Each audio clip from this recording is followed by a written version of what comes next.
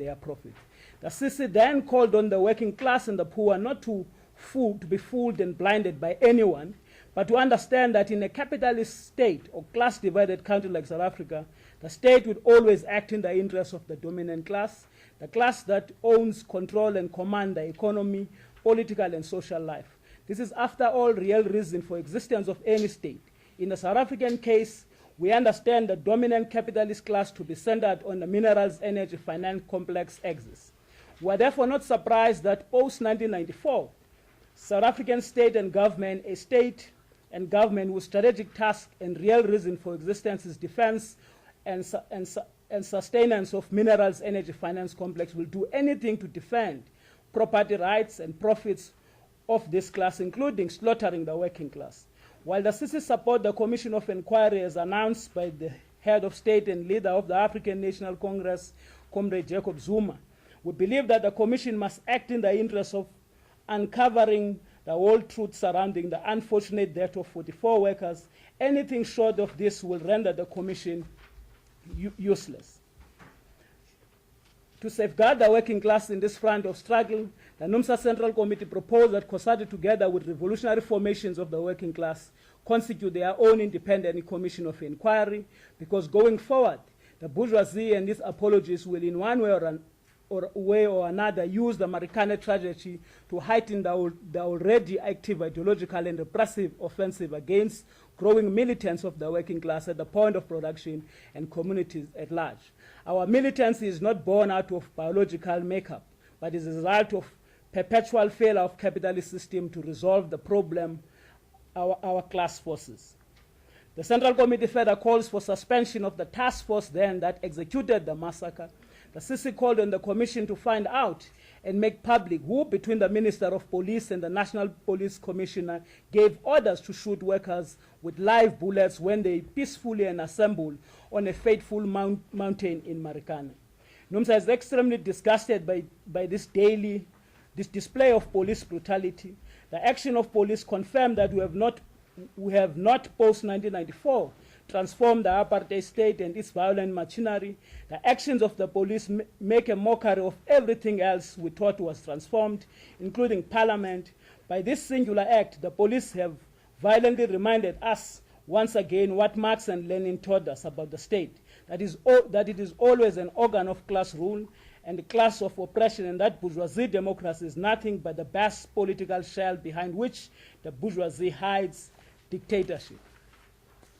The CC then demands the dismissal of anyone in the police or in the political office who led to that massacre of workers. COSATU has more or less adopted the same position, particularly in relation to calling for independent commission of inquiry, but given the forces inside COSATU who subscribed to the notion of democratic state and who want to display COSATU from taking up the plight of workers, COSATU has moved an inch to drive the call for independent commission, have not moved an inch for calling of a commission of inquiry. As we commemorate Marikana massacre today, Numsa stands by its analysis of Marikana within the context of untransformed colonial South African economy, which continues to see the dominance and control of our minds by white monopoly capital and their imperialist allies. One of the things that Numsa is really have taken exception of in relation to this commission process is the fact that there is no money that has been made available to pay for the lawyers who represent those particular workers. Numsa on special COSATU CC.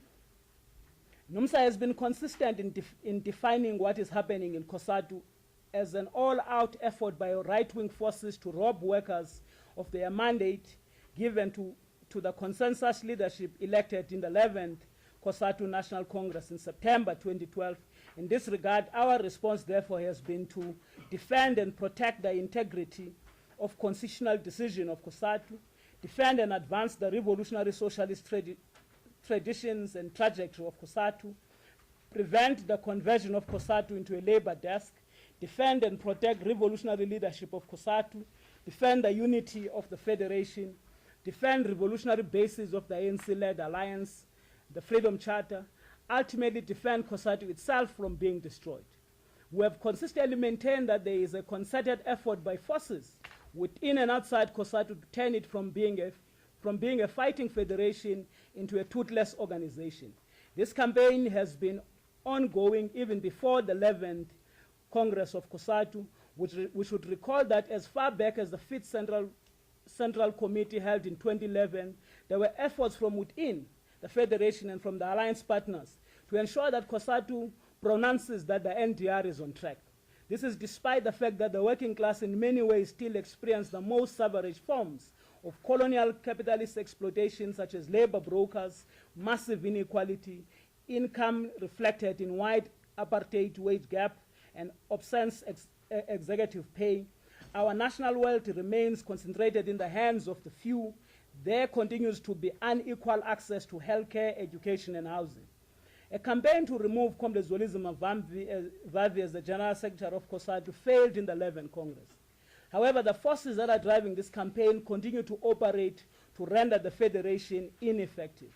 There was an attempt to remove General Secretary of COSATU in the February 2013 CEC. It failed. There was yet another attempt to remove the General Secretary of COSATU in May 2013 CEC. This too failed. Since the 11th Congress, the forces that are ranging against the General Secretary of COSATU have ensured that COSATU is paralyzed and the CEC meeting never discussed any substantive policy issue that are related to the 11th Congress resolution or the March 2013 COSATU campaign organizing and collective bargaining resolution.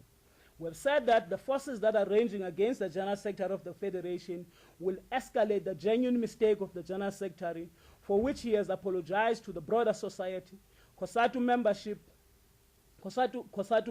Corruption Watch, including COSATU Special CC, on the 14th of August to aid them in their political battle. The unconstitutional COSATU Special CEC meeting held on the 14th of August was an opportunistic attempt to escalate this issue into a factional one, as we have predicted. As Numsa were clear that there are attempts to divide the Federation, to ensure that the Federation fails to implement this radical program, and to reduce the Federation into a labor desk of the bourgeoisie. We will continue to resist this ideological and political degeneration of our Federation. We still maintain that independent of whether Comrade Zwelithini Mphumzi remains the General Secretary of COSATU or not, there is irreparable ideological rupture in the Federation. This rupture is fundamentally between those who want a toothless COSATU and those who want the Federation to continue to advance the interests of the poor. The forces of capitalism seek to ensure that the Federation embraces the continuation of neoliberalism in the NDP while maintaining left rhetoric. In Numsa, we are clear that without nationalization of the mines, the banks, monopoly industries, there is no way that in this country there can be fundamental change. For a record, we must say the following about what we have witnessed and expressed since the September 2012 COSATU National Congress. Numsa has been made out to be obsessed with the leadership of Zwelithini Mphumzi at the exclusion of other COSATU national office bearers. This is not so. We are obsessed with the implementation of COSATU resolution, which is about the most resolute implementation of the Freedom Charter, which COSATU calls Lula moment for South Africa. We must say that in our observation, the COSATU NOBs has not demonstrated any willingness to champion the campaign and resolution of COSATU 11 Congress and the March 2013 COSATU campaign, organizing and collective bargaining resolution. All of a sudden, they are revived after suspension of COSATU General Secretary. Numsa does not recognize the decision of unconstitutional CEC and is consulting its lawyers about this matter. We will continue with our political campaign to expose the class forces that are hell-bent on rendering the Federation ineffective.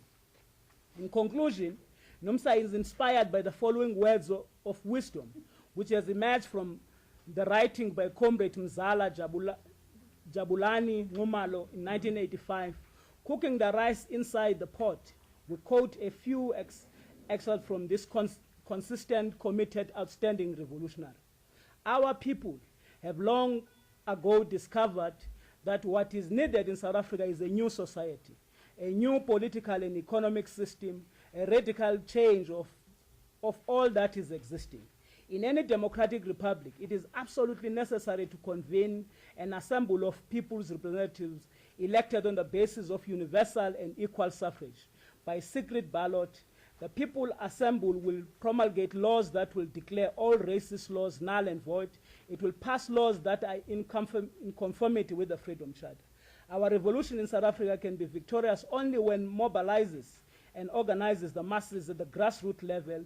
It can be an invisible force only when it is an offshoot of embattled workers, rural toilers, and other democratic forces. The decisive role of the masses in revolution cannot be substituted by an elite corps of professional revolutionaries who seek to establish the power of the people and not of the vanguard movement.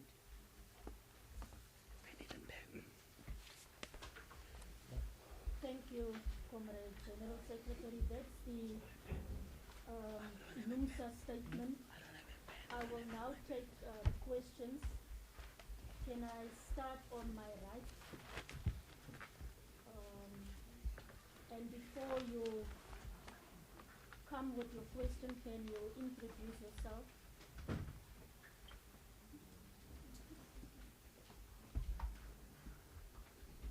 Okay, if there's no one on my right who wants to pose questions, can I start this side? I take it it's business day. There's one hand. There's 3 hands at the back. Oh, right at the back. There are 2 hands. Okay, you can start. Natasha from the Business Day. On the consultation with the lawyers, does this mean you're intending challenging the special CEC report? And if so, on what basis? How was the meeting unconstitutional? Was it based on the quorum? Was it based on the credentials? What exactly is that based on? And secondly, on COSATU campaign, the NOBs of COSATU yesterday said that they are on track and they will be continuing with the push on all the COSATU campaigns. In your view, how have they failed to take that forward thus far? You say that they've only discussed the General Secretary and CEC meetings. Is that the basis of your comments? The next question, the lady at the back. From EMCA. I know that in the statement today you're not saying much about the lost confidence in the president of COSATU and how exactly you're going to, what kind of action you're going to take to express that lost confidence. I'd like to ask, have your feelings about the leadership of COSATU, especially the president, has those been reinforced by what transpired on Wednesday at the CEC? And also, I'd like to say a bit more about your course of action, because you've clearly not been happy about how the CEC was conducted. And other than just saying that you are consulting your lawyers, you're not saying anything about what other actions are you taking, because consulting lawyers is good, but what exactly are you going to do to challenge this? Thank you. Can we take those, Christine? Okay, yes. I'm not sure whether there were any other hands at the back because Yeah, I there can't is. see you. The lady, I'd like to ask if you're going to ask for special Congress, and also what exactly is it about the Constitution that you're crying about? The third one, I will ask later. okay. So before you answer, no further taking very much effort, I think, please open to mention, please.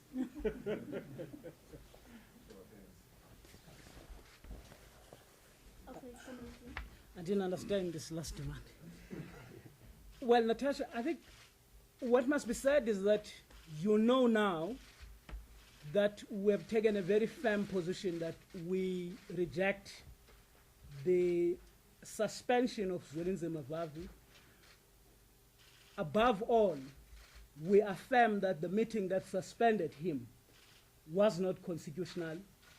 For now, I'm not willing to volunteer our ideas because I didn't say that this is debated by Numsa Shop Stewart.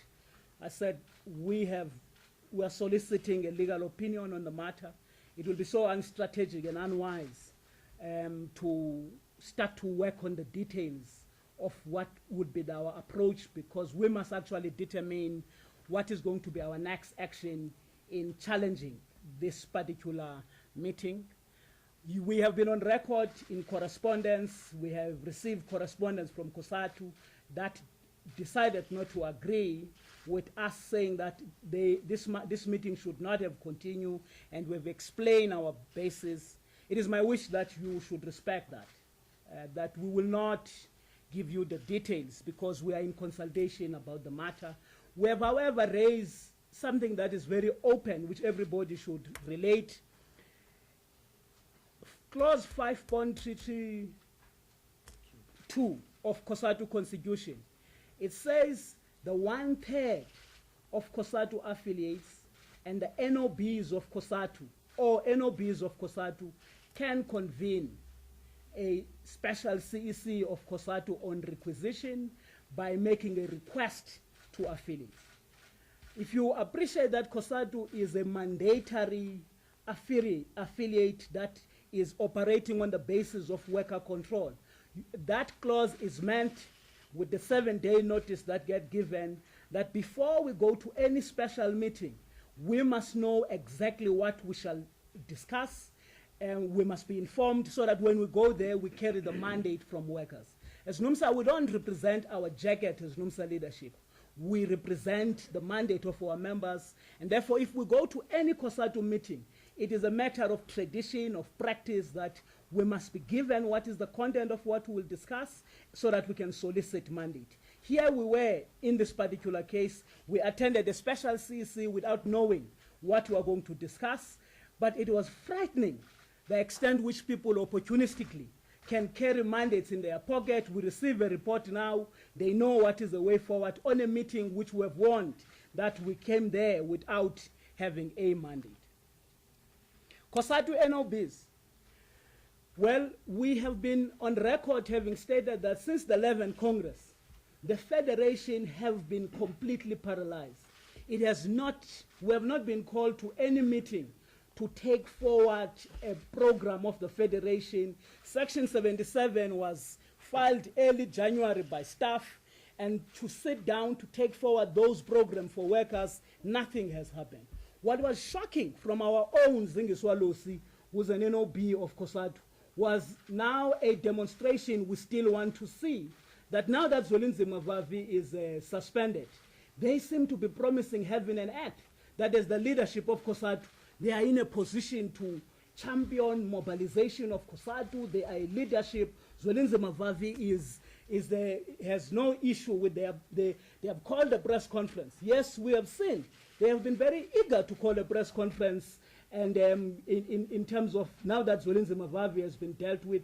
But right through, that leadership has always championed coordinated meetings where what we have been dealing with is attempts on suspension of Vavi up until they have received this ammunition, which basically all of them, they are running with it.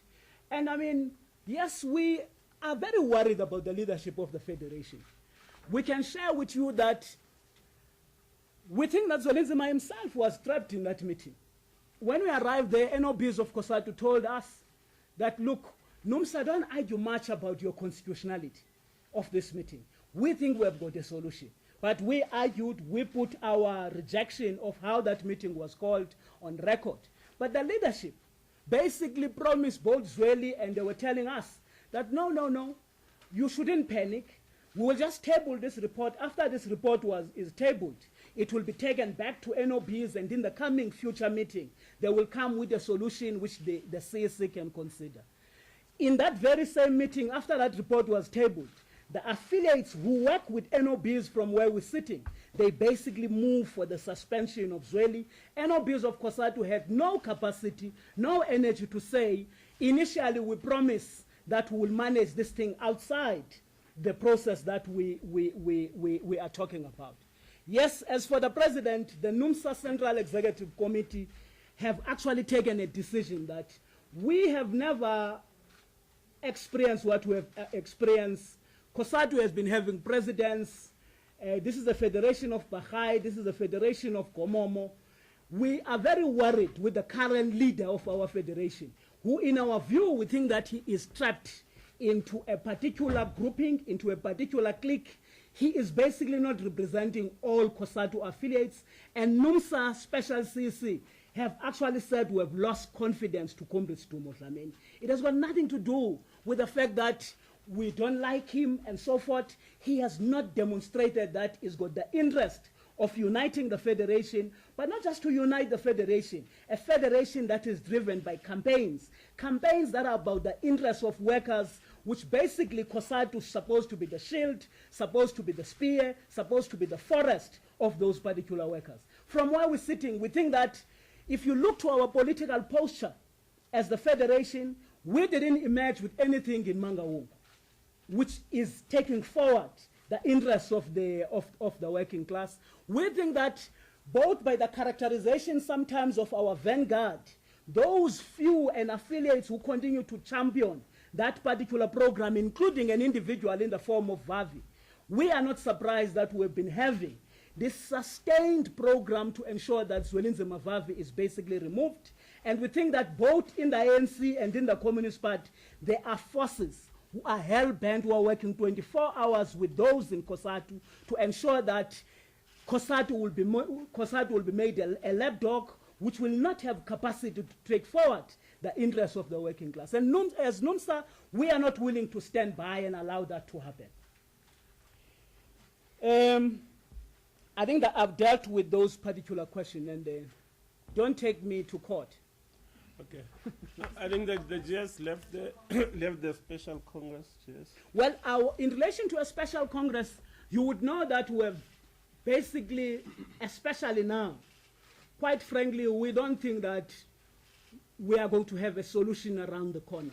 We think that even affiliates who have agreed with us, who had hoped that a solution could be found, if there's something that is very vivid, that is very glaring, is the fact that for the federation to get out of the crisis that it is in, it must go to a special Congress where basically it must redefine how it is going to position itself and find permanent solution. And the only people who can be able to do that, it is workers who are restless as we speak. Across all our 9 regions, we just finished the NEC, our members are up in arms about the suspension of Zwelinze Mavavi. They want Zweli back into the office, and as Numsa national leadership, we have no other agenda except to do that, and we firmly believe that from what we're getting, this is cutting across all affiliates of the federation.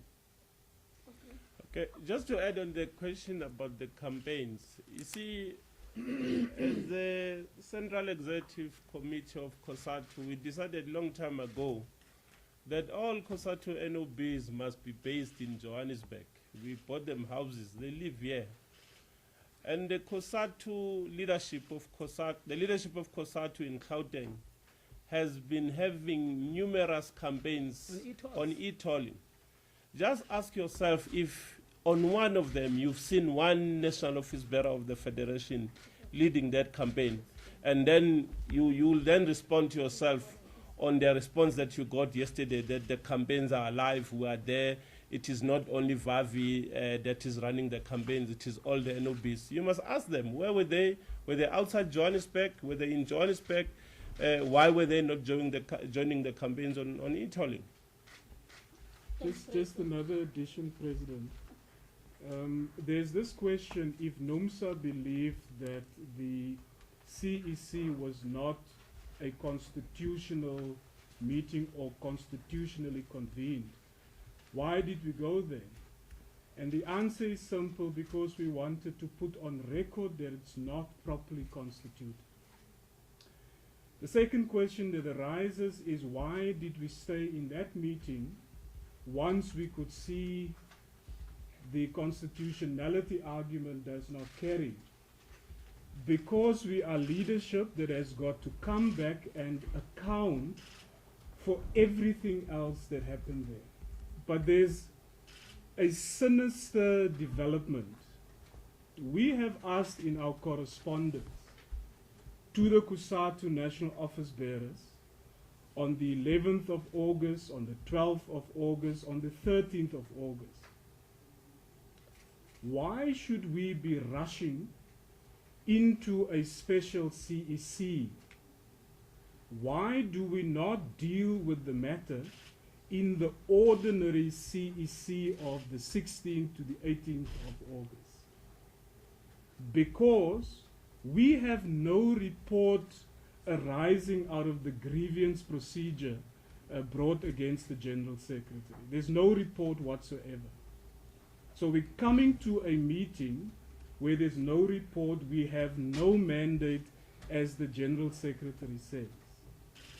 But what is more interesting, in the meeting, the South African Clothing and Textile Workers Union then proposed to the leadership of the CEC and the NOB, now that we have received the report from you and your recommendations, can we adjourn or stand down the CEC so that all of the affiliates are allowed to go back to their constituencies, report on what you have presented, and come back into the next meeting to provide our view on the matter?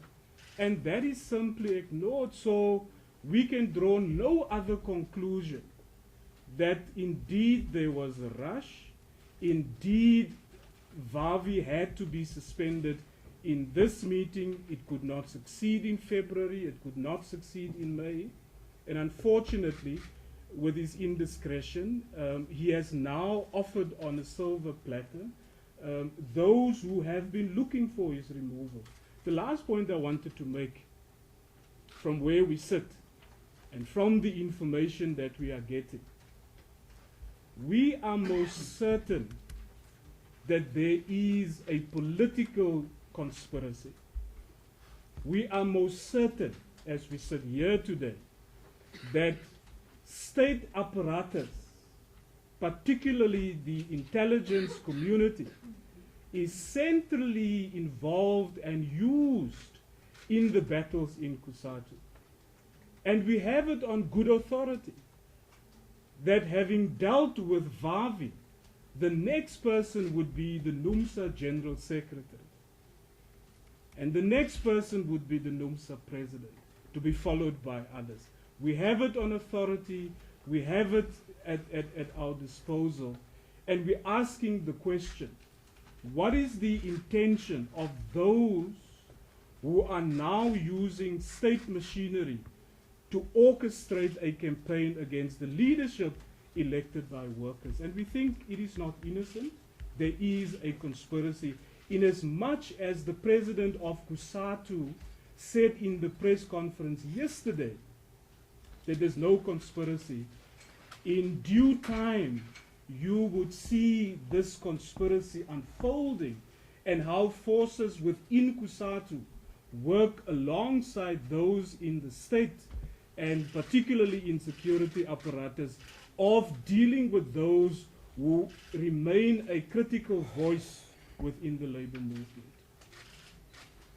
Thanks, Comrade Karl. I'll take the next round now, the lady over there, and then I'll come to the gentleman right at the back, and you will be next, and then this gentleman here, and you will be last. Okay, can you start? This is Chirwa, SABC Radio News. My question is that the Federation operates on the principle of democratic centralism. I assume the reason why the decision that was made by the CBC on Wednesday was one taken by the majority of the people who actually happened to be at that meeting. How would you then respond to the accusation that you're ill-disciplined and you're divisive because you are not actually going with the principle that you, as an affiliate, have agreed to? Okay. Next question. Ron Wild from Bloomberg. My question is, I mean, you said state intelligence apparatus is being used in this conspiracy. Who is actually behind this conspiracy?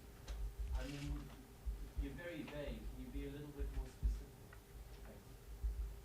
Okay. I'm Karl from Bloomberg News. I just wanted to ask if you could tell us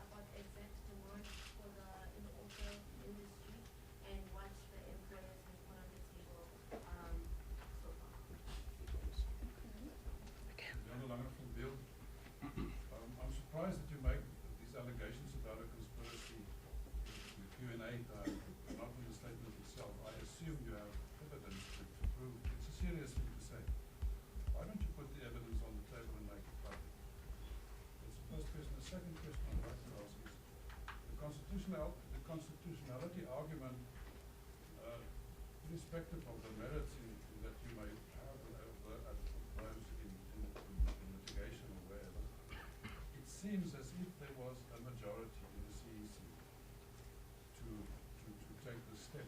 And I think someone presiding will take that, that's a serious consideration. Because there was a majority to remove it. If your constitutional argument fails, what is your next step?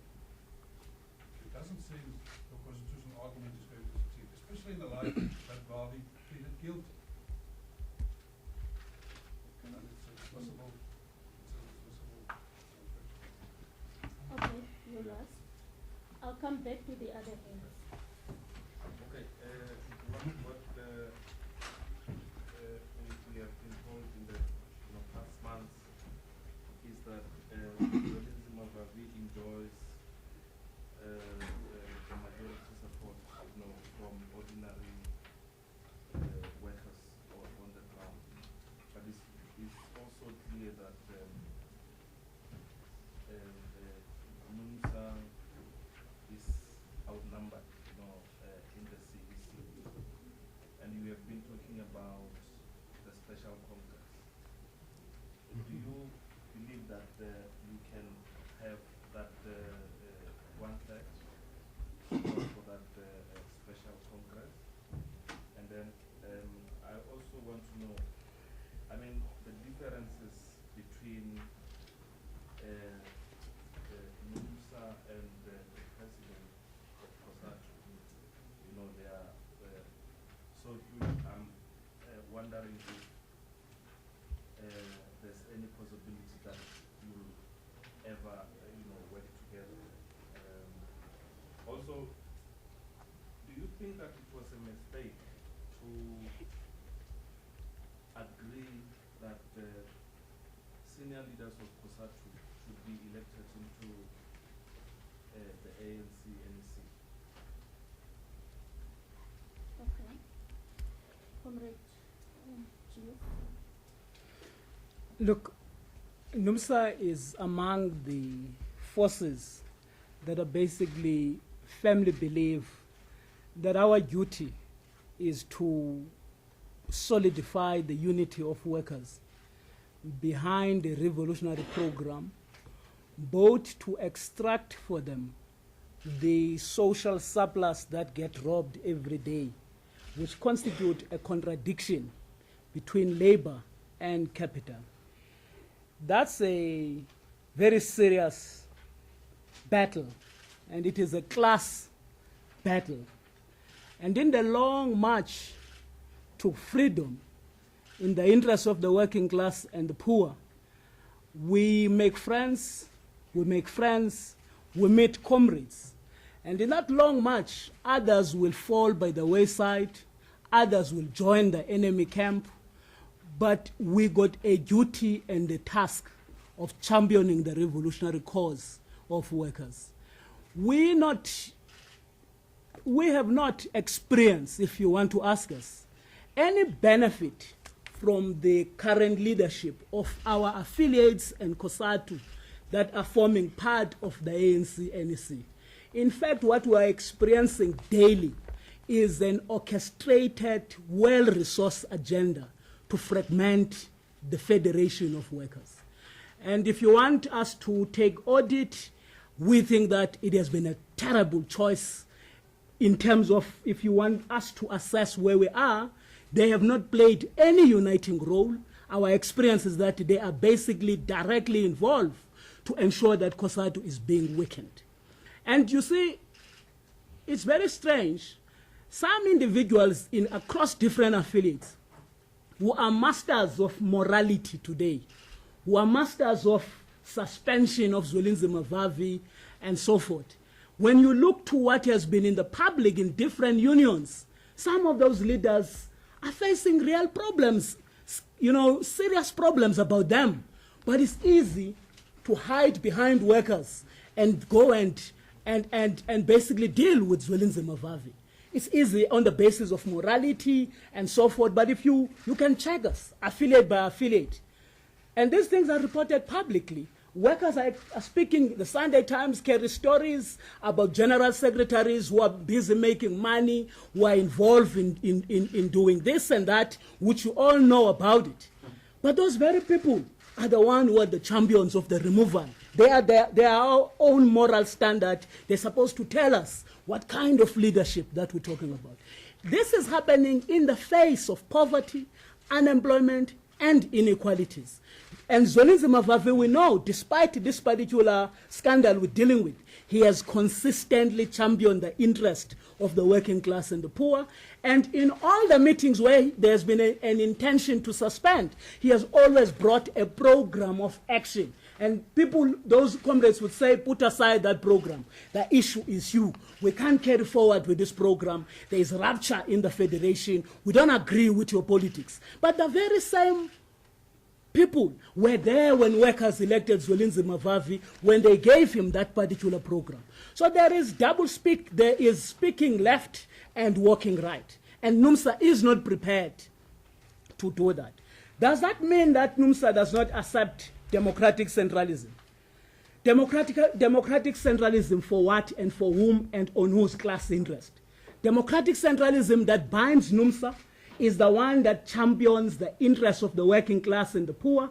Once we can see, as we have read for the whole year, the year is coming to an end, COSATU has not been able to implement any particular program. We are an affiliate of COSATU. If we would have been defeated democratically in a meeting which is properly constituted, Numsa will not be part of making a noise. We are Democrats. From where we're sitting, and I said I was not going to give you the details of what happened in that meeting and our take on that particular meeting, because it's an issue that we're currently seriously debating, looking at different angles. But quite frankly, we're in that meeting, we are Democrats. We expected that people would not act in a factional manner and purely say, if we miss this opportunity, we think we are the majority here, we're speaking the same thing, we must move on. What is Numsa saying about the Constitution? Spend time on that. We didn't experience that. And we think for us to pick up the issues we're picking up, we're doing it for the future of the very democratic centralism you're talking about. In the auto sector, yes, our members are going on a strike on Monday. They're going on a strike, as Numsa leadership, we've been very clear that basically we're not strike testing, we want a settlement. But we said, yes, there is a global crisis which will not be used. Workers should not pay for this crisis because the bosses makes money during boom, they still make money during troubled times because they embark on austerity measures, they restructure the workplace, they champion continuous improvement, they retrench workers, they don't compromise making profits for themselves. We said we want our members to get a living wage. And secondly, we said the bosses must work with us to defend the current capability of the industry and to build the industry and champion manufacturing and industrialization. You would know that the Reserve Bank championed the keeping inflation targeting, meaning keeping CPI within the band of 3 to 6. But you know that all administered prices, food, electricity, everything else has gone up. I mean, transport for workers, in terms of public transport, has gone up by about 15%. We have a set of demands which we want to have an agreement with employers around. We said we need double digit. And we presented with them a couple of permutations. We said we can settle at 10, 11, 12. But if they were to come on the table with 10, 10, 10 for a period of 3 years and make improvement in terms of shift allowance, in terms of short time, as we speak, our members can be delivering quality production as they do, which is sold globally, which is competitive. But once there are problems, that there is a shortage of parts, shortage of everything else, they must not go to work for 4 days. The employers do not pay them. They say, look, we can't do anything. When in fact, the cars that they produce are still in the car park, are being sold, companies are making money. We demanded that our members, when it is short time, which is beyond the control of workers, our members must be paid. And we have basically revised that initially we said 100%, we said we need 50%. Our members have mandated us to say, look, we need an improvement on medical aid, which employers have refused. We need an improvement in terms of housing subsidy, because our members, with the category of wages that they are in, the banks are not quick to come to their rescue and basically give them loan or subsidize or give them money. At the same time, government, in terms of RDP, they don't qualify. So we're saying employers must do something. If they make billions of money as they do, and the sector is basically supported by taxpayers' money, something has to be done to ensure that our members are basically afforded those particular things. So that's where issues are, and we couldn't make headways so far. And the strike will resume, but we're talking this weekend to see whether can they make a tangible offers that can make us to change our mind. You want to? I think the last offer basically has been below the 2-digit.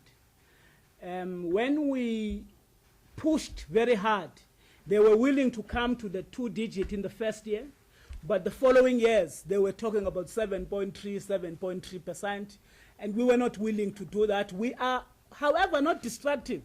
We're saying to them, if they can give us 2 digits now, we can settle, but leave open year 2 and year 3 that we negotiate every year. They don't want that. They want to basically commit us to a 3-year agreement, which is hollow, with our members who will basically, their cost of living will shoot up, and they will say you have signed an agreement when administered prices the following 2 years will catch up with our members. What other question? I think I've answered all the questions. No, I mean, where have you seen an evidence of conspiracy? You're getting old. Conspiracy is not evidence. Look, I think from where we're sitting, it's not a joke. We know that we have been a center of focus, and we're not necessarily beautiful people, but we have been a center of focus. That's a fact. And we know that 24/7, there is an agenda, and that will stop at nothing until it liquidates us. And I don't think we need to promise you anything. Within no time, we think very soon this would be exposed. So we will end up there in relation to conspiracy.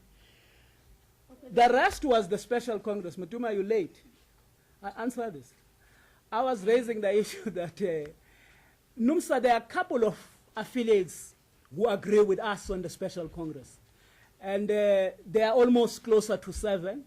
But among those affiliates, there's been a debate about whether we should not exhaust and hope to find a solution.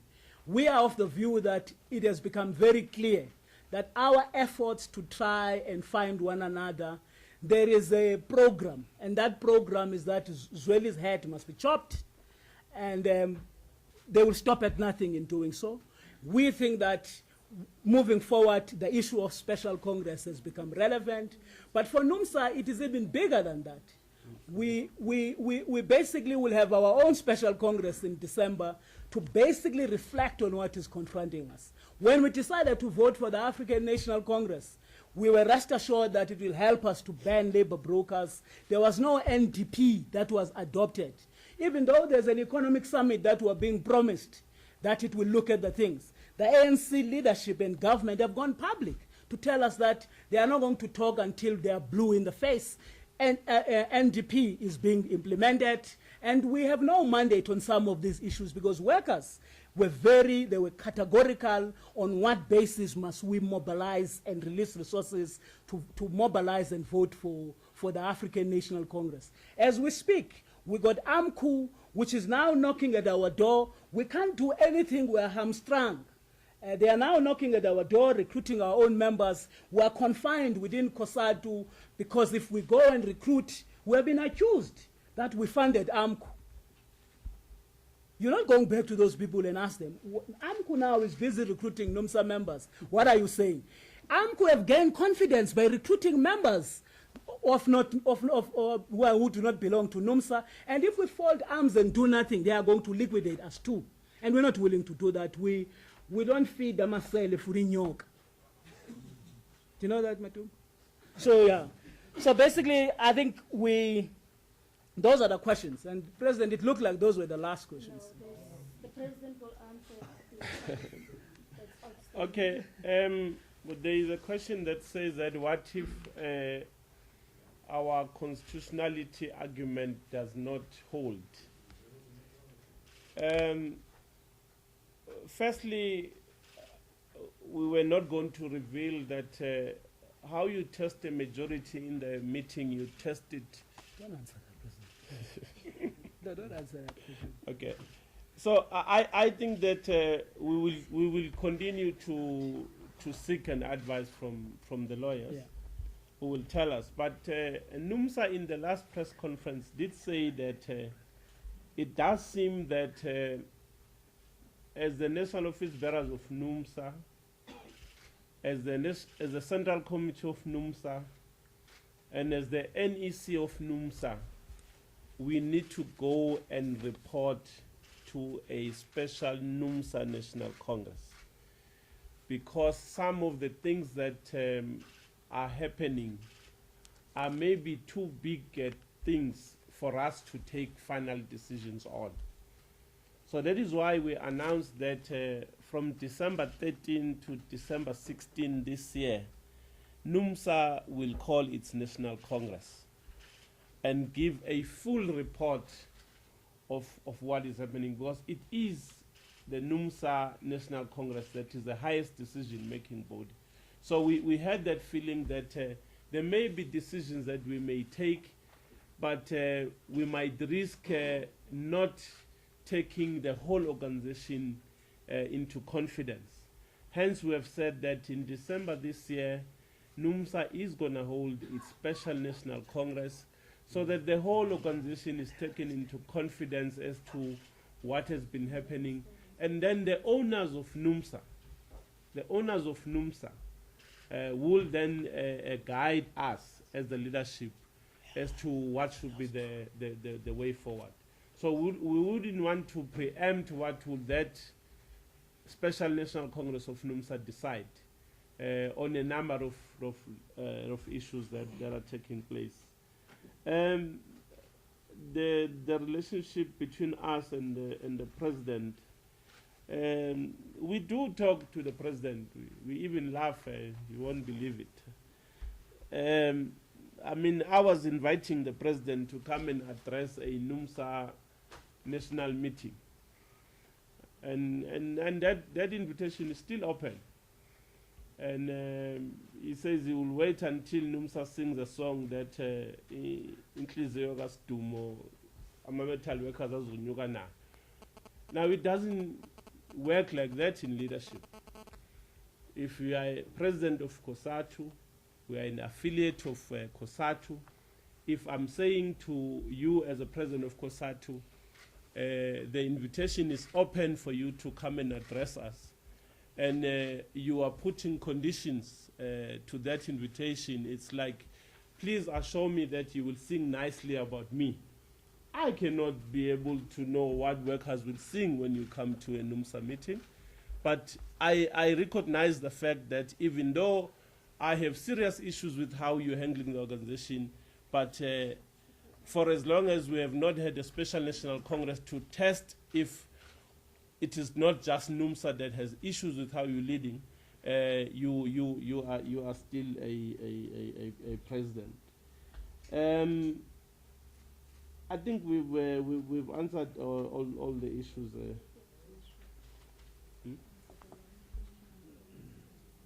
No, Jim started with that. Okay, we want to step down from this press conference. You can take those two who look disparate. The Very lady disparate. and this gentleman.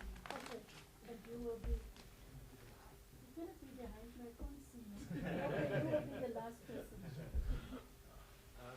Yeah, first question, at your own special conference in December, I know you don't know what will come out of it, but will you review Numsa's continued participation in COSATU. And secondly, I just wanted to get you to talk about the anniversary of the Marikana massacre. I mean, what struck me is, you know, the ANC and the NUM are not participating in the memorial services there. I mean, how do you analyze the situation there? Is the environment in the mines in Northwest such that NUM is totally unable to access the ground, or has lost touch with the workers, or how do you see it? Okay. Firstly, how long is the strike that's starting on the 19th scheduled to take place for? And then just another question, in terms of the criticism that some of the scandals that have come through regarding the General Secretary of COSATU have diverted attention from the central issues that the working force is facing at the moment. And with some people calling that maybe he stepped down so that unions can start to focus back on the issues that are important to workers and the standards of living that they have at the moment. What is your response to that viewpoint? My name is the Sunday World newspaper. Father, I know you've addressed this conspiracy theory issue, but just for the sake of accuracy in my reporting, you say that the conspiracy is actually against the GS of COSATU, who's now suspended, you know, and there is, you know, staggering effect that you say is coming. But as it affects you, who do you think it benefits? Well, sorry, just one more question. I'm Kaifa's person from the Sunny Times. My question is, allow me to play devil's advocate here. By his own admission, the suspended GS of COSATU has admitted to what happened in the office. You know, he's admitted all of it. In terms of Numsa, you are now saying political conspiracy, but what sort of sanction would you have liked to see in this instance? Would you have preferred that no action is taken by COSATU in this particular instance involving him? Or what sort of sanction would you have preferred? Okay. First, I think let me just start with your last question before I go back. I think the case we're dealing with here has got serious allegations. It's got allegation of rape, which, as you would know, the best platform when you seek justice is the court of law, and the route of getting there is for you to run to a police station and report such an incident. In this case, this has not been done. And it's rather shocking that nobody is concerned about that. The matter gets reported in the form of a grievance in COSATU. And Zwelinze Mavavi submit himself, he doesn't say I'm the General Secretary. Having submitted himself, the complainant decides to withdraw.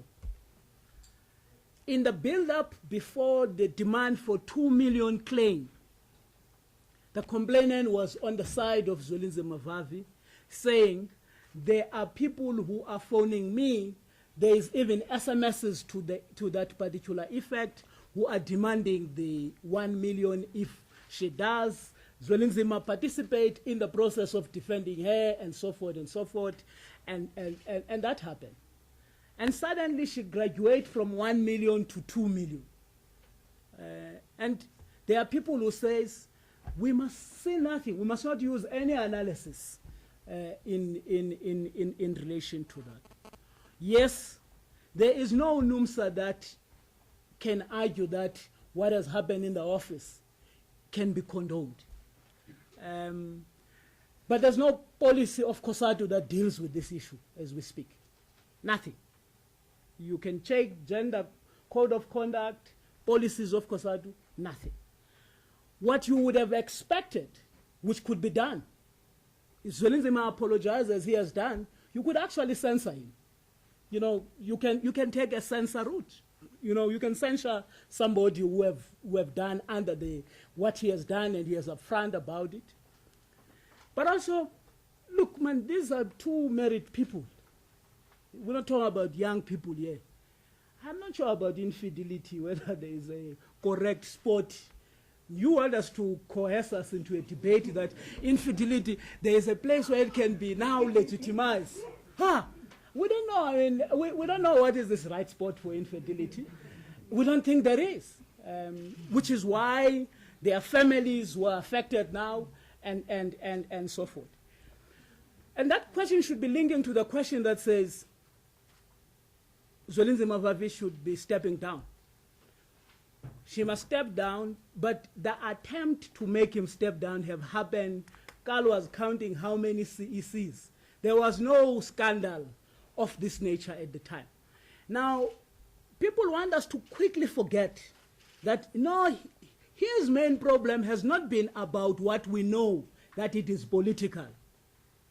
As Numsa, we're of the view, yes, there is a political rupture, because Zwelinzima Mavavi have championed democratic policy-taken decisions that form policies of COSATU and campaigns that workers have taken. There are those who don't want those policies to be implemented, and they see him as a problem in terms of taking forward that. We're not saying Zwelinzima Mavavi must not be removed if workers want so. But the easiest thing to do, be democratic. Don't steal product of workers in a boardroom. Go to a special congress where he was elected, say we no longer want him, but it must not be individual who do that. It must be workers who elected him in a conference which was open for anybody to contest those particular positions of the federation. So I hope you understand that we're not expecting him to step down because we didn't elect him. Workers elected him. We view this thing as stealing the product of workers, where they have democratically elected a leader who's fearless, who's been demonstrating that he is keen to take forward the program of workers. The strike, the strike is indefinite. We don't go to a strike knowing when will it start. We know when it will start, but we will never know when it will end. But we got a duty, as I was saying, for this whole weekend. If employers are available to discuss and make real offers, such that on Monday we can have a different offer for members, we will be available as Numsa leadership to ensure that we extract some of those fraction of the social surplus that workers have paid.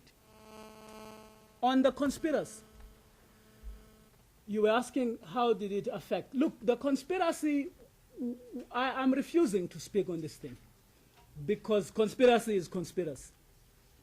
I know what I have not reported, which has been happening to me, where basically, personally, my personal life has been a subject of being followed. My SMSs, wherever I send, I can't relax. If I send an SMS, it gets intercepted. There has been an orchestrated program. And we know, as Karl was indicating, that basically we thought this was a small issue. We know now that it is not a small issue. And I was saying within no time, we think that it will be revealed. And when it is revealed, we would be expecting those who are implicated to basically take full responsibility, because we are not in a banana republic here. We are in a constitutional democracy where people need to basically appreciate that we have got rights. And while people are doing so, we suddenly, in this country, it's no longer an easy thing. If you consistently championing implementation of the Freedom Charter, you want to deal with ownership and control, not for the tiny population and those who own the economy. You say that the majority must basically benefit. You have declared yourself as an enemy. I think those were the last questions. Okay, on the anniversary of Marikana, I guess that Comrade Jackson Mthembu is a spokesperson of the ANC. The Siba Sashoga is a spokesperson of NUM. I'm sure you don't expect a Numsa to respond on behalf of the ANC why they are not in Marikana if they are not there, and Johannesburg Numsa to respond on behalf of NUM why they are not there. What we saw was the president of the NUM saying that he was going to be there, and we didn't know that that has changed. Could you just comment on your Congress in December, whether you will be reviewing your participation? No, everything will be up for debate in the Congress. Including that? Everything. But what about voting? Continue to vote for the ANC, including I'm saying everything. Whether you don't know English. Ladies and gentlemen, we have come to the end of this press conference. Let me thank you on behalf of the Numsa National Office Bearers for your time. Thank you very much. Thank you.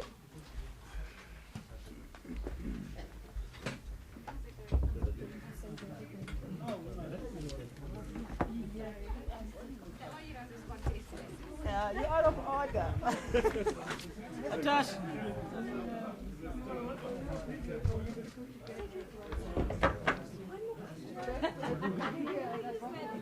Is this your pen? Mine is a Jeff, but yeah. I only work with quality pens. But this is also.